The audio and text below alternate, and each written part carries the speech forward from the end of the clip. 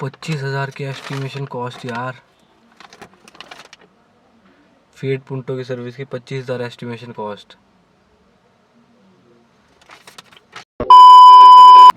Hello guys, welcome to our YouTube channel. स्वागत है आपका मेरे यूट्यूब चैनल पे। और आज हम बात करेंगे जो 2011 फीएट पुंटो डीजल है मेरे पास, इसकी जो सर्विसिंग की कॉस्ट आई है। सर्विसिंग बेसिकली सर्विसिंग ही नहीं थी, इसमें पार्ट्स भी इंक्लूडेड थे। जो जो मेरे को प्रॉब्लम्स आई उन सब के बारे में बात करेंगे कि क्या क्या पार्ट्स चेंज हुए, कितने के पार्ट्स लगे, मेरी टोटल सर्विसिंग ओवरऑल कॉस्ट क्या आई, और कंपनी ने जो एस्टिमेशन बनाया था आपने देख लिया होगा। बता दूंगा एस्टिमेशन भी कितना आया था वीडियो में आगे, और कितना टाइम लगा ये सारी चीज़ें होने में। ये पूरी चीज़ें कवर करेंगे। तो दोस्तों, वीडियो को आप इस चैनल पर अगर आप पहली बार आए हैं तो वीडियो को लाइक कर दीजिए और चैनल को सब्सक्राइब ज़रूर कर दीजिएगा, ताकि हम आगे भी ऐसी वीडियोस लाते रहें और सपोर्ट मिलती रहे आपकी। तो जल्दी से वीडियो को स्टार्ट करते हैं दोस्तों। और पहले मैं स्टार्ट करूँगा ये जहाँ से बात स्टार्ट हुई।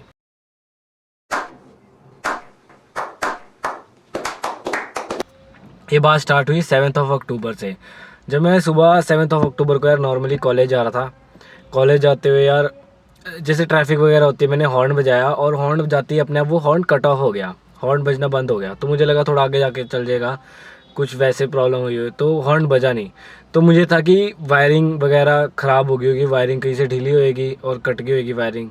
ठीक है, क्योंकि अगर हॉर्न ख़राब होता है ना बेसिकली, तो आपका हॉर्न स्लो बजने लग जाएगा पर एकदम से कट ऑफ नहीं होएगा, जैसे मेरे साथ हुआ।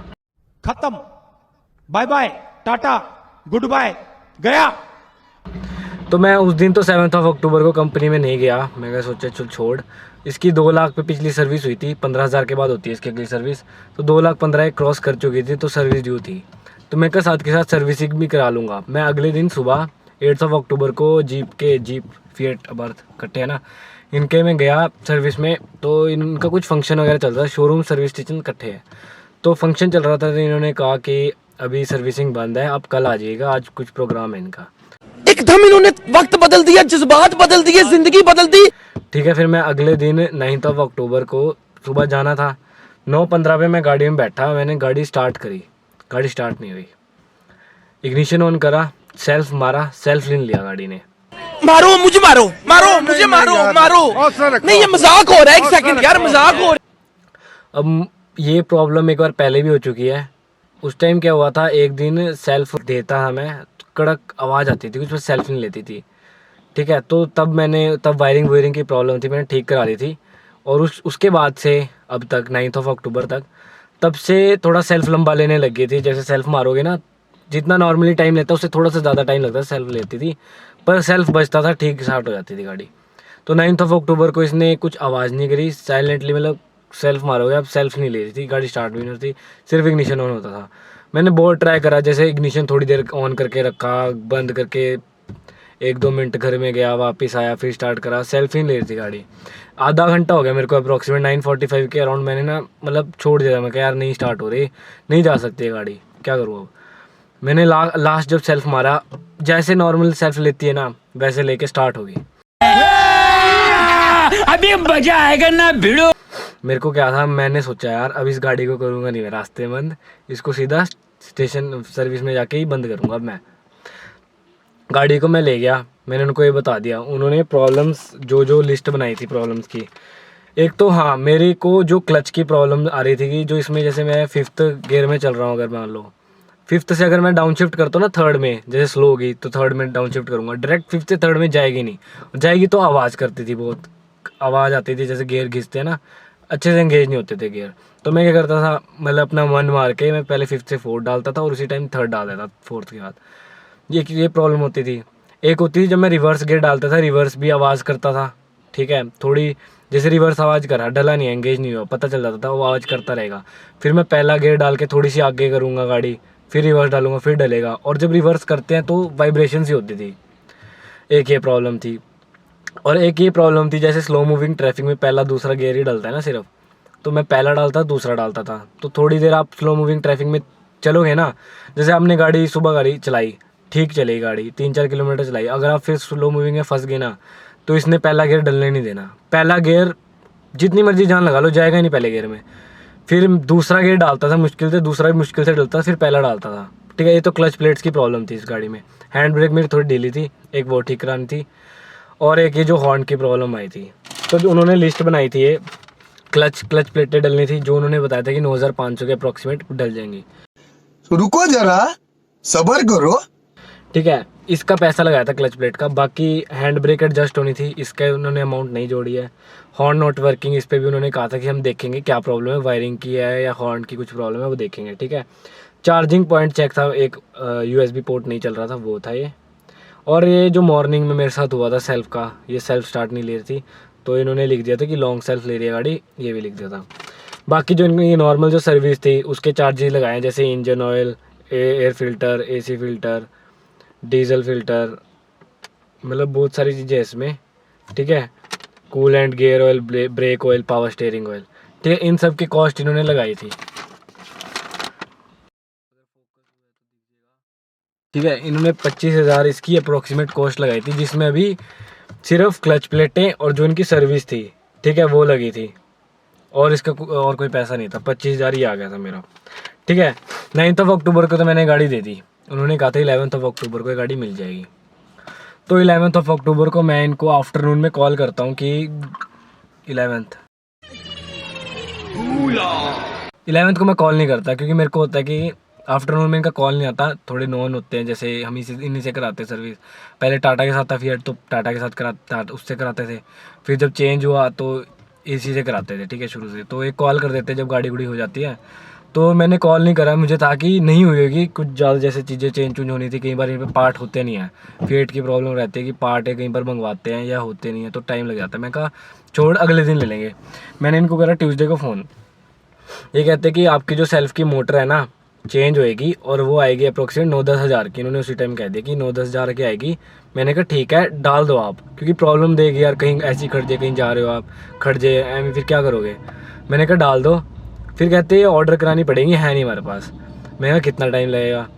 तो इन्होंने कहा था कि ऑर्डर कराने पे हफ्ता लग जाएगा। अब हफ्ता लगा लो आप, 9 दिन लगा लो हफ्ते का। मैं कहा ठीक है, 1 हफ्ता 1.5 हफ्ता लग जाएगा, आप करवा दो। मैं कहा एक बार गाड़ी दी है तो एक बार ठीक होके ले लेते हैं। ठीक है, फिर 12 को तो ये बात हुई, मुझे था कि अब मिलनी नहीं गाड़ी, बहुत दिनों बाद मिलेगी। फिर इनका 13 अक्टूबर को कॉल आता है, 13 को, हाँ 13 अक्टूबर को इनका कॉल आता है कि गाड़ी का जो सेल्फ है ना इनको मिल गया है। मोहाली में जो फिएट की एजेंसी है उनके पास सेल्फ था, कह रहा उनसे हम मंगवा लेंगे, आज डाल के दे देंगे और आपको कल गाड़ी मिल जाएगी। ठीक है, बाकी सारा कह रहे काम हो गया है। तो मैं कहा ठीक है। फिर मैं 14 अक्टूबर को, इनका कॉल नहीं आता है, मैं आफ्टरनून में खुद कॉल करके देखता हूँ कि गाड़ी होगी है तो मैं लेने आ जाऊँ। तो ये कहते हैं अभी तो मोटर आई है, अभी आप लगी लुगी नहीं है मोटर, फिर हमने मोटर लगानी है और फिर चला के देखनी है, आपको अगले दिन दे देंगे, मतलब 15 को दे देंगे अक्टूबर को। अब 14 को मेरे को नहीं पता था कि कल दशहरा है। ठीक है, दशहरे में छुट्टी है इनकी। तो मैंने कहा ठीक है, कल गाड़ी ले लूँगा। और उस दिन मैं इनके शोरूम वैसे ही चला गया, मैं कहा देख लेता हूँ यार गाड़ी का, ऐसे मन करता है देखने का गाड़ी का। मैं देखने चला गया, मतलब गाड़ी खोल के दिखा क्लिप्स दिखा देता हूँ मैं, वैसे ही 2 क्लिप्स ले ली थी, आप क्लिप्स देख लेना।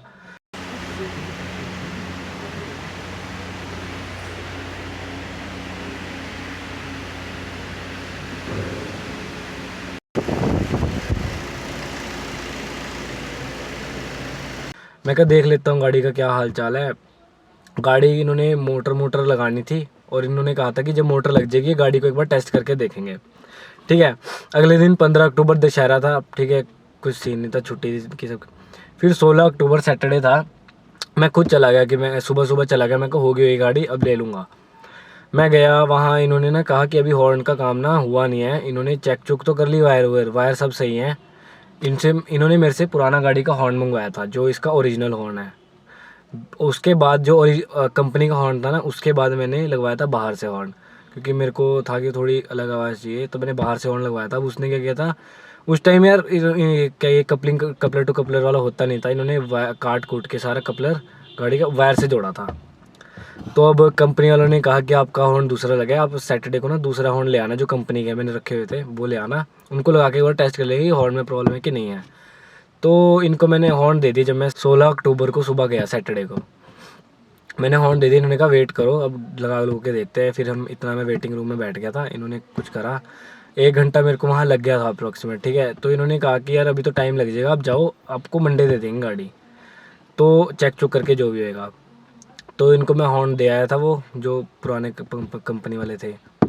तो उस दिन मैं आ गया था, इनकी हॉर्न की प्रॉब्लम रहती थी बस, बाकी इनका सब हो गया था, कह रहे थे सेट है, चेक कर ली इनको इन्होंने गाड़ी। फिर मंडे को मैं फिर सुबह चला जाता हूँ इनके पास, संडे छुट्टी होती है, ठीक है। मंडे को मैं इनके पास फिर सुबह चला गया। मैंने कहा कि अब गाड़ी होगी, मैं मतलब कॉल नहीं करा मैंने, मैं चला गया सीधा ऐसे ही। और फिर मैंने इन्होंने कहा कि हॉर्न की जो थी इन्होंने सेट कर दिया है, इनका वो था इशू आया था जो वायरिंग का इशू, इन्होंने नहीं निकाला था, इन्होंने निकाला था हॉर्न, हाँ इन्होंने कहा था फ्यूज़ उड़ रहा है हॉर्न का, ठीक है फ्यूज़ उड़ा, कह रहा हमने फ्यूज़ डाल के दे दिया हॉर्न में। तो मैं कहा ठीक है। इनके फिर बिलिंग हुई, जो इनके चार्जेस आए मैं आपको बताता हूँ। जब इन्होंने बताया था ना कि मोटर डलेगी 12 अक्टूबर को कॉल करके जो ऑर्डर करवानी थी, तो इन्होंने उस टाइम बताया था कि 9-10 हज़ार का मोटर का खर्चा आएगा। तो मैं अप्रॉक्सीमेट मान के चल रहा था कि मेरा खर्चा देखो 25,000 इन्होंने एस्टिमेट पहले बना दिया, और ये एस्टिमेट था, ठीक है 25,000 पहले बना दिया, 10,000 की इन्होंने मोटर लगा दी, ठीक है। फिर इन्होंने हॉर्न पे भी मगजमारी करी है। तो मैं कहा 35,000 तो अप्रॉक्सीमेट वाला बना है, मैं कहा 40 to 45 मेरा खर्चा आएगा ही आएगा, ठीक है मैं ये मान के चला था। और फिर इनका जो खर्चा आया है मैं आपको स्क्रीन पे दिखा दूंगा बिल, इनका खर्चा 30,000 आया था अराउंड। ये सब चीज़ें होने के बाद जो भी हॉर्न भी ठीक कर दिया था, क्लच प्लेटें डली हैं इसमें, ठीक है क्लच प्लेटें डली थी इसमें, सर्विसिंग के जो भी थे सारी सर्विसिंग हुई थी। इन्होंने जो सेल्फ था, सेल्फ मोटर नहीं डली थी, हॉर्न ठीक कर दिए थे इन्होंने, और हैंड ब्रेक एडजस्ट कर दी थी, ठीक है। तो इसका इनका मेरा बिल आया था 30,000 आया था इसका बिल।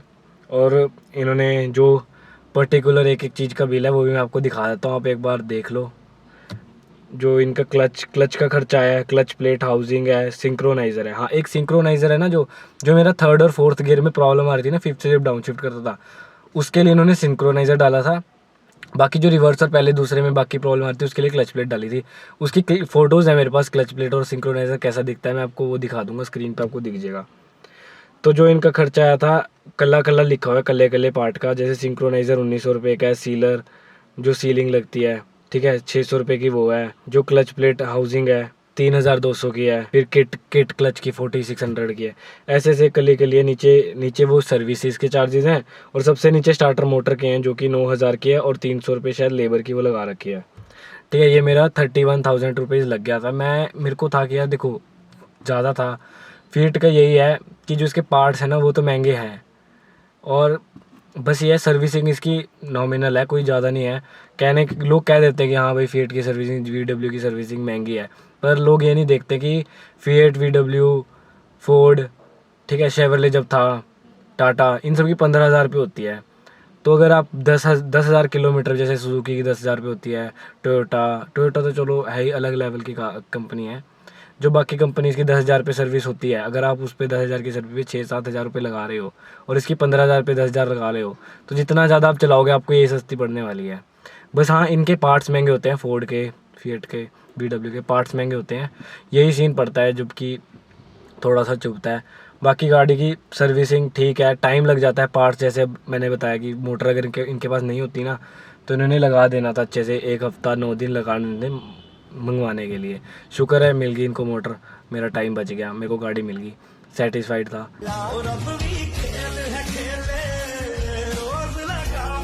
उसके बाद क्या हुआ, मैंने गाड़ी ले ली इनसे, उस दिन मैं गया, उसी दिन मैंने जब हॉर्न बजाया सेम लोकेशन पे मैंने हॉर्न बजाया, और फिर से वो हॉर्न कट ऑफ हो गया। गजब बेइज्जती है। वो सीन फिर से पड़ गया हॉर्न का। तो मुझे हुआ यार कि क्या हो गया, फिर से मैं इनको उसी के साथ ना मैं कंपनी में ले गया कि यार हॉर्न तो फिर से बंद हो गया। फिर उन्होंने देखा कि फ्यूज़ फिर से उड़ गया। तो जिसने गाड़ी ठीक करी थी उसने कहा था कि इसका कंपनी में ही 2 बार फ्यूज़ उड़ गया है। तो जो फ्यूज़ उड़ा है तो कहता या तो इसकी, कह रहा हमने वायरिंग चेक कर दी है, कह रहा आपका हॉर्न ना ख़राब है, आपने बाहर से लगवाया है हॉर्न। मैं कहा हॉर्न तो यार बहुत टाइम से चल रहा है, ये आज ही चीज़ की हुई है, कुछ रीज़न होगा ना कि आज ही हुई है। तो मैंने थोड़ा सोचा, मैं कहा हॉर्न ही में ही कुछ प्रॉब्लम होगी कि कई बार जैसे ओल्ड हो जाता है, पानी पुनी चलता था, शॉर्ट मार रहा हूँ हॉर्न। तो फिर मैं कहा हॉर्न तो मैं फिर से आफ्टर मार्केट लगवा लेता हूँ, क्योंकि कंपनी का लगना नहीं था, कपलर टू कपलर लगता। तो मैं कहा बाहर से ही लगवा लूँगा हॉर्न, फ्यूज़ आप डाल दो, मैं हॉर्न बजाऊँगा नहीं, ठीक है मैं बाहर एक बार चेक करा लूँगा। तो मैं बाहर जब चेक कराने गया, उसने हॉर्न निकाल के चेक किया ना जब, तो हॉर्न ही शॉर्ट मार रहा था। जब उसकी वायरिंग थी ना वो करंट मार रही थी, जैसे बिजली होती है ना वैसे निकाल रही थी, तो उसी वजह से शॉर्ट हो रहा था फ्यूज़।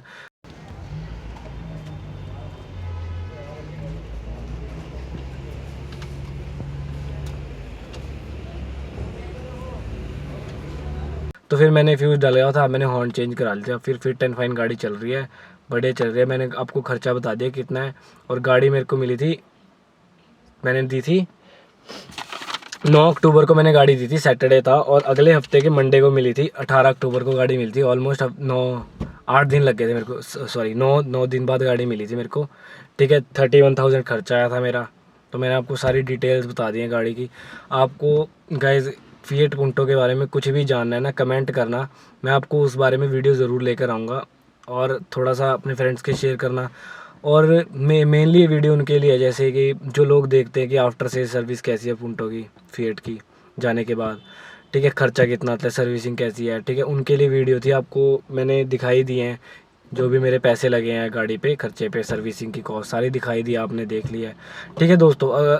यहाँ तक अगर आप वीडियो को देखते हुए आए हो तो प्लीज़ सब्सक्राइब कर देना, वीडियो को लाइक कर देना, और जो भी आपके कार एंथुसियास्ट दोस्त हैं उनके साथ शेयर ज़रूर करना। और हाँ, अगर कोई सेकंड हैंड गाड़ी का प्लान करता है 2-3 लाख बजट में, तो वो पुंटो ही बचती है, जो कि 2010 मॉडल से आगे होती है, वरना तो पुरानी गाड़ियाँ मिलती है 2005 से पहले वाली गाड़ियाँ मिलती है 2-3 लाख में। फिएट पुंटो है, इसकी रीसेल बहुत कम है, तो ये 2-3 लाख में मिल जाती है। तो उन दोस्तों के साथ ज़रूर शेयर करना, क्योंकि उनके बहुत ही हेल्पफुल होने वाली है। क्योंकि मेरे को भी मैसेज आते हैं, क्राइटेरिया उनका फिएट पुंटो तक बच जाता है, क्योंकि ये गाड़ी की रीसेल कम है और इसमें फ़ीचर अच्छे खासे मिल जाते हैं आपको, ठीक है। तो लोगों को ये नहीं पता होता कि सर्विसिंग कैसी है, लेनी चाहिए कि नहीं लेनी चाहिए, तो उनको ये वीडियो ज़रूर देखनी चाहिए दोस्तों। लाइक कर देना, चैनल को सब्सक्राइब कर देना गाइस। मिलते हैं अगली वीडियो के लिए, तब तक के लिए बाय बाय दोस्तों, थैंक यू।